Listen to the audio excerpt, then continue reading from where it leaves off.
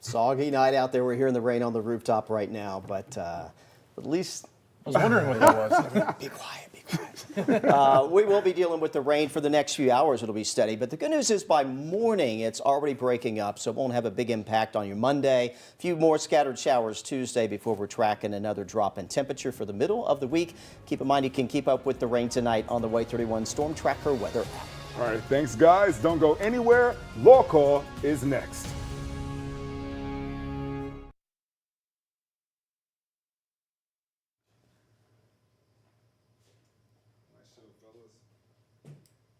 Good evening and welcome to WAAY 31 Law Call. I'm Sharon Doviet. Tonight it's Ask Us Anything night, just in time for the new year. If your New Year's resolution includes getting something resolved, something legal, whether it's getting a will taken care of a car accident case, or resolving something with an insurance company that's been bothering you, call in your questions. It's Ask Us Anything night. The 31 Law Call number 256-536-0077. You can call in and ask live on the air, or you can now text us to that number. We have some of your text ready to go as well. You can also email a question. You can email a question on any legal topic any day of the week. You send it to lawcall@waaytv.com.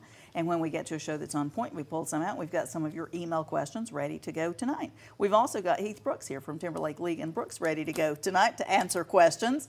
Ask Us Anything night, always our favorite, because you just don't know what might be coming That's in. right. You know, call, ask us anything. We're wide open tonight. You We'll can ask us try. anything you need to ask us concerning the law, and we'll do the best we can to get you an answer. These guys do personal injury law, so that's everything from car accidents, nursing home negligence. We'll talk about some of those because you've got some tough cases going on. Injuries, people in big stores where a door may collapse. Any kind of question, call in tonight. And we like to start us off while we get our phones locked in with a clip. Tonight's You Make the Law Call video is this one on the road. Wouldn't it be great if you could handle all your legal problems with just a video and solve everything, if everything were recorded? It's the blue car. Of course it's the blue car that's speeding out of control. Goodness. So when you're driving like that, first off, he shouldn't be. But when somebody around you is driving like that, talk about the legal aspects of that, and it may even play into some workers' comp issues or things if you're on the road and something like this happens to you while you're on the job. You know, this is just the interstates, people being crazy on the interstates, driving way too fast. You know, not being able to see what's up ahead of them, cutting off in front of other cars. You got a difference between what is negligent, meaning that you're not acting reasonably, maybe you violate a statute, and then what is reckless, where you are just taking an action that you know is unsafe to everyone else on the road, and you're just doing it anyway. And then you cause that kind of wreck, that kind of turmoil. I have a good friend of mine who witnessed a wreck on an interstate not long ago, where an individual just was on the outside lane, decided just to come over in front of someone else without looking, and caused a massive pileup on the wreck on the road, and he just didn't look. He didn't pay attention.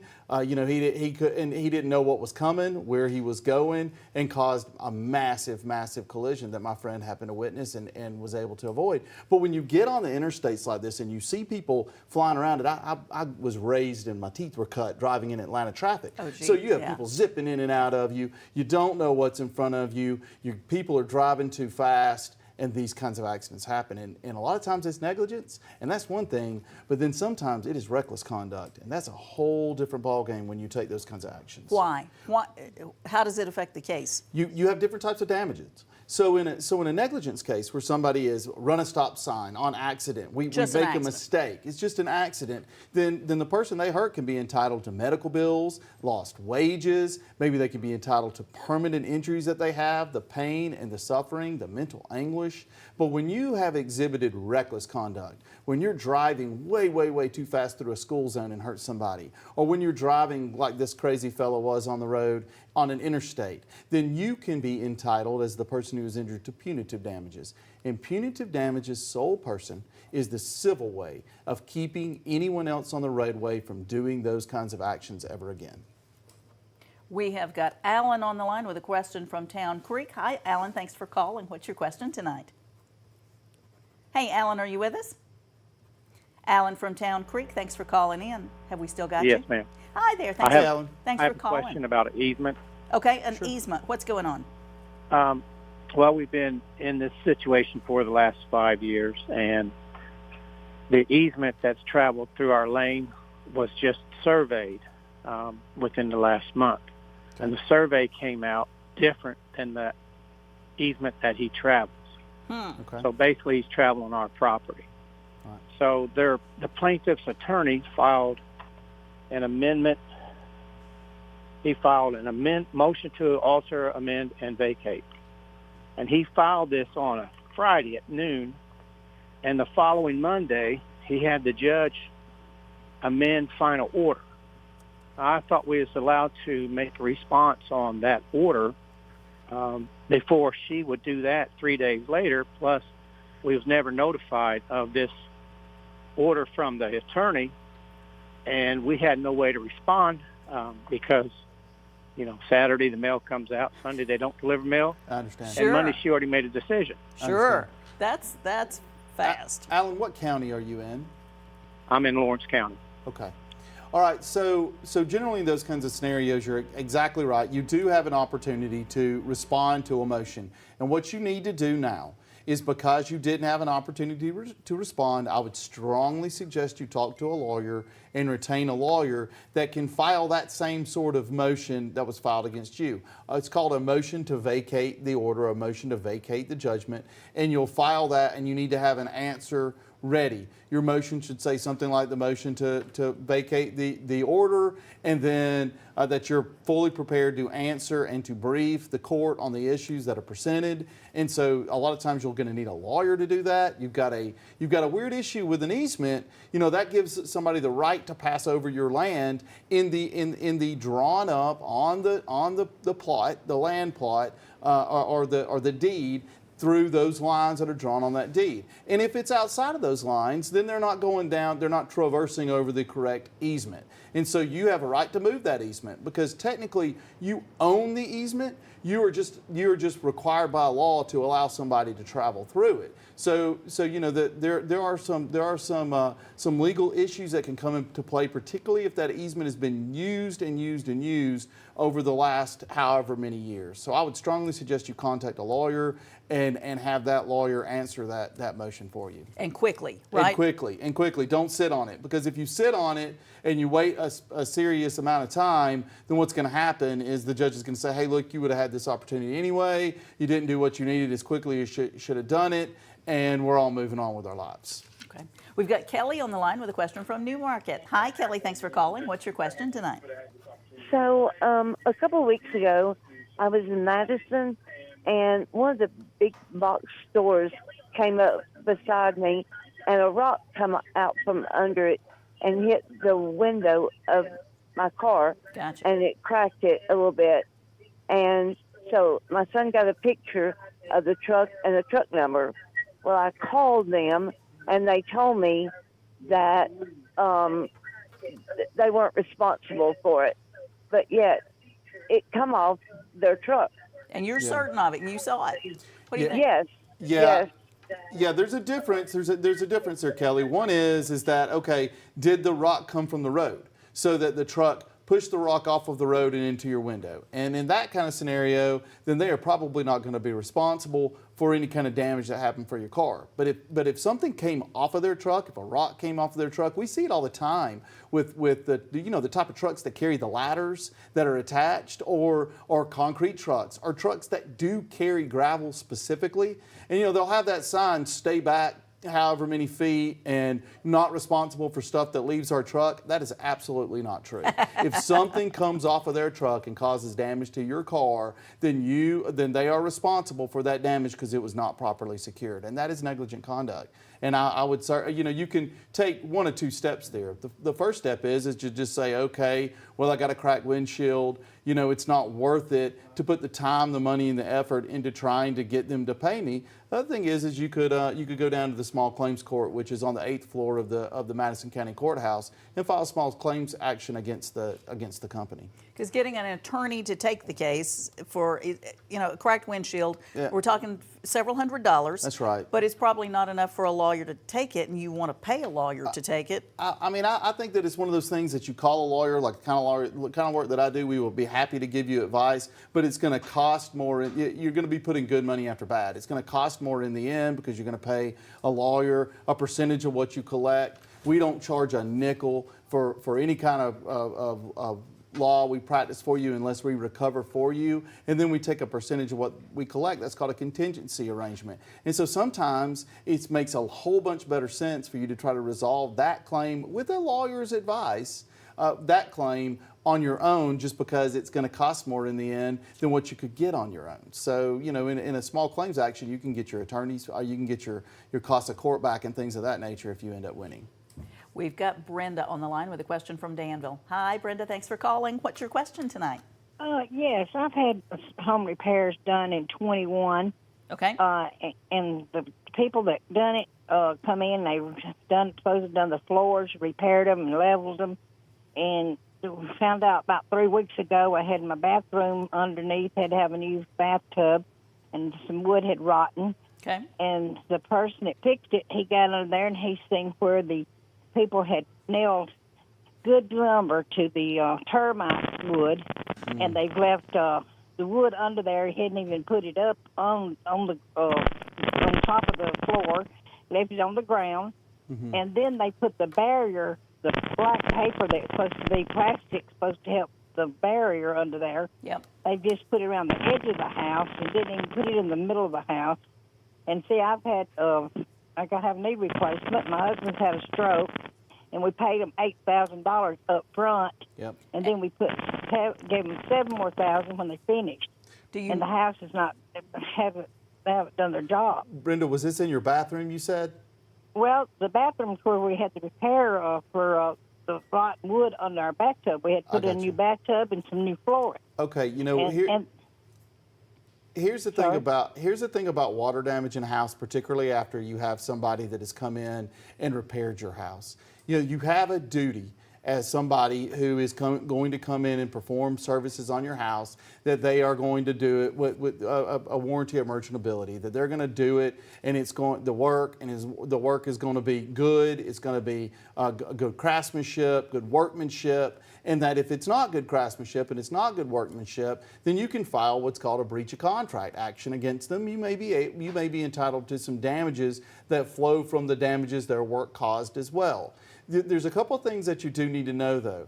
First off, there could be some time limits in this type of case that you really need to be aware of. If their conduct was negligent, then you have a 2-year statute of limitations. That means you have a 2-year time limit to bring an action against them. And there are some nuances to that could extend your time limit in that kind of scenario, but you need to be very, very aware of your time limits. The other thing is that this is a very common problem, particularly when you're dealing with bathtubs and with tile showers. In a different world, in a different life, I did some of this work. And one of the things that you have to make sure you do when you're doing this kind of work is you got to put in the barrier right. And if you don't, water will leak through. You won't be able to find it because it'll slowly rot out that wood. And by the time you do find it, it's years down the road. The floor's all rotten out and your feet are about to go through to the ground. So it could be a serious issue. If you paid somebody a bunch of money to do some work for you and then they were negligent in doing it, or if their work wasn't good, you do have a potential cause of action against them. We're going to take a break. We'll be right back answering any of your questions. It's Ask Us Anything night, so stay with us.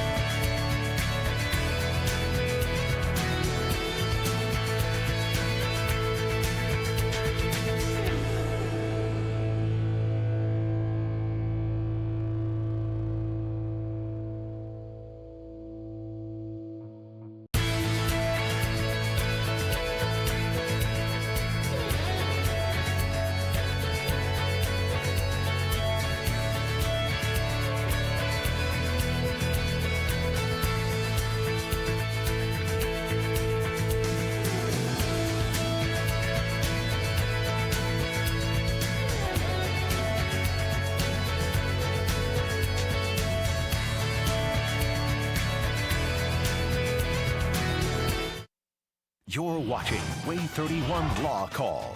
Your rights, your calls, live. Presented by the Tennessee Valley's award-winning personal injury and wrongful death law firm, Timberlake, League & Brooks. Featuring the knowledge and experience of Attorney Michael Timberlake, Attorney Will League, Attorney Heath Brooks, Attorney William Maservi. And hosted by broadcaster and family law attorney Sharon Doviet. This is WAAY 31 Law Call.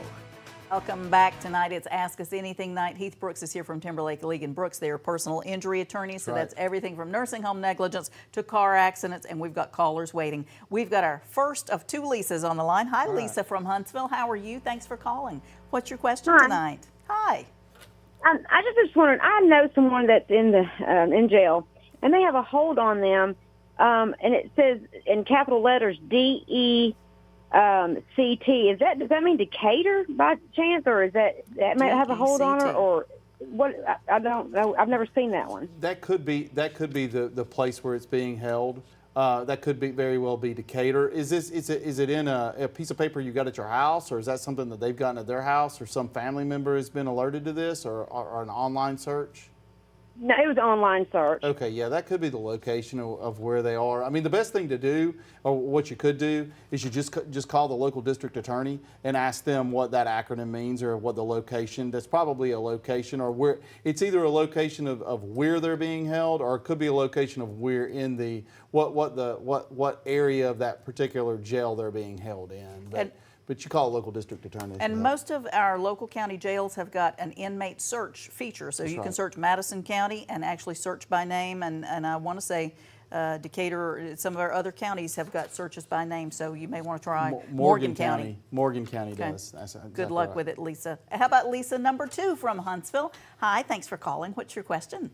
Hi. Yes, my mother passed away in 2022. I'm sorry. And we had an estate lawyer and that we worked with to get everything took care of. And I got a notice that he sent me a letter saying he received some payment from a trust from this year. And we haven't had anything this year. In September 16th, he said the amount of $83. And I don't know why that came to me, because everything has been done. $83 lingering out there. My thought would be, and Lisa, I don't know what the circumstances dealing with setting up the estate and winding down the estate of your mama. But my thought would be is that there was some money that may have been paid. As attorneys, we have to keep what's called an IOLTA trust account. And in that IOLTA trust account, we have to, if you pay your lawyer a retainer, then, for whatever services, well, probably what happened is he put that money into a retainer, and out of that retainer, he or she takes their hourly rate out of the retainer. And if there's any money left over in that trust account, then you're entitled to get that money back. And this is just me thinking, but my guess is that money came from the IOLTA trust account that had been set up for you folks, and that's just your attorney winding that trust account down. Good luck with it, though. Call him, ask him. They ought to be able to give you a quick and easy answer on that one. We got this text question in, so you can always text us at the number that's on the screen. Would it benefit my children to transfer my property over to my children so they wouldn't have to pay inheritance tax?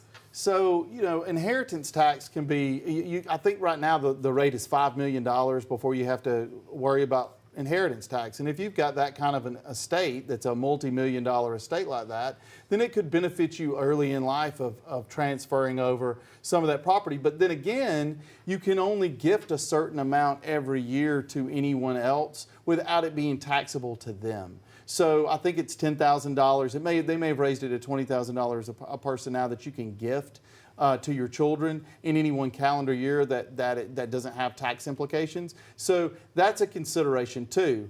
The last consideration is if you don't have a multi-million-dollar estate, then there's probably no reason to transfer over any property, while you're living. Sometimes what ends up happening is if you don't have end-of-life care set up, in other words, if you don't have insurance to go into a nursing facility and you have to go into the nursing facility and take advantage of Medicare or Medicaid rather, if you transfer your property within, I believe it's a calendar year, maybe 24 months, prior to you needing Medicaid, Medicaid can claw that back if you give it to your kids. So that's another consideration that, to think about when transferring property to your children. Sometimes you can do it too late in your life to where the government could get it back. Other times it just doesn't benefit you. I think they may be able to look back even 5 years in some cases. Yeah, I think you're right. But if you transfer over your property to your children, you better trust your children, right? And they're debtors. I mean, if somebody can come after that property that you've given to your child,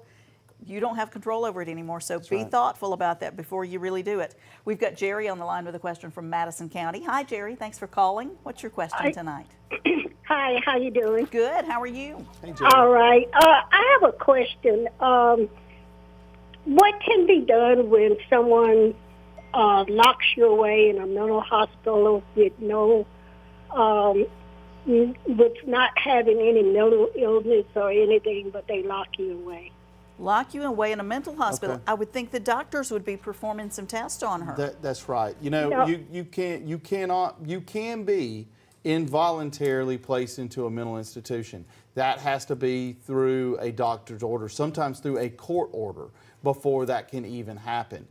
Otherwise, if the court has not ordered you through a doctor's note that you can be involuntarily committed to a mental institution, then you are not involuntarily committed. You would have to be voluntary. You would have to voluntarily check yourself in. And if you have not voluntarily checked yourself in, and the court has not, and you have not been involuntarily committed, in other words, committed against your will, then you're being held as a prisoner, and there's a problem there. We've got Curtis on the line with a question from Decatur. Hi, Curtis. Thanks for calling. What's your question tonight? Hey, Curtis, just listen through your phone. You'll get a little delay there otherwise. What's your question tonight? Can you hear me? Okay. What it is, my family got some land. Yes, sir. Just listen through your phone. All right, I can hear you. Okay. What it is, my family got we've been from family land, and I've been taking care of it. Yes, sir. I've been taking care of it for over 30 years, cutting the grass, and then since I've been sick, I'm paying folks to cut the grass and all that kind of stuff. Okay. And so what I want to get it deeded in my name. Do I have to go through the whole family?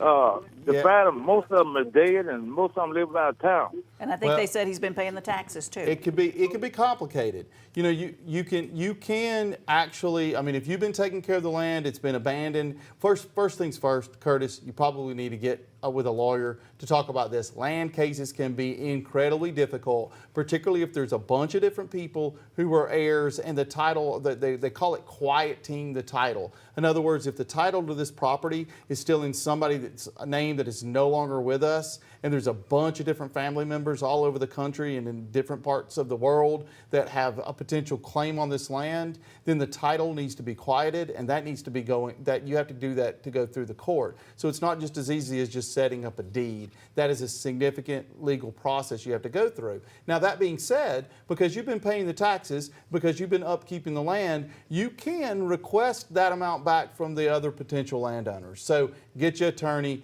Serious legal issue there. Good luck with that. We're going to take a break. Be right back. Answering more of your questions. It's Ask Us Anything night.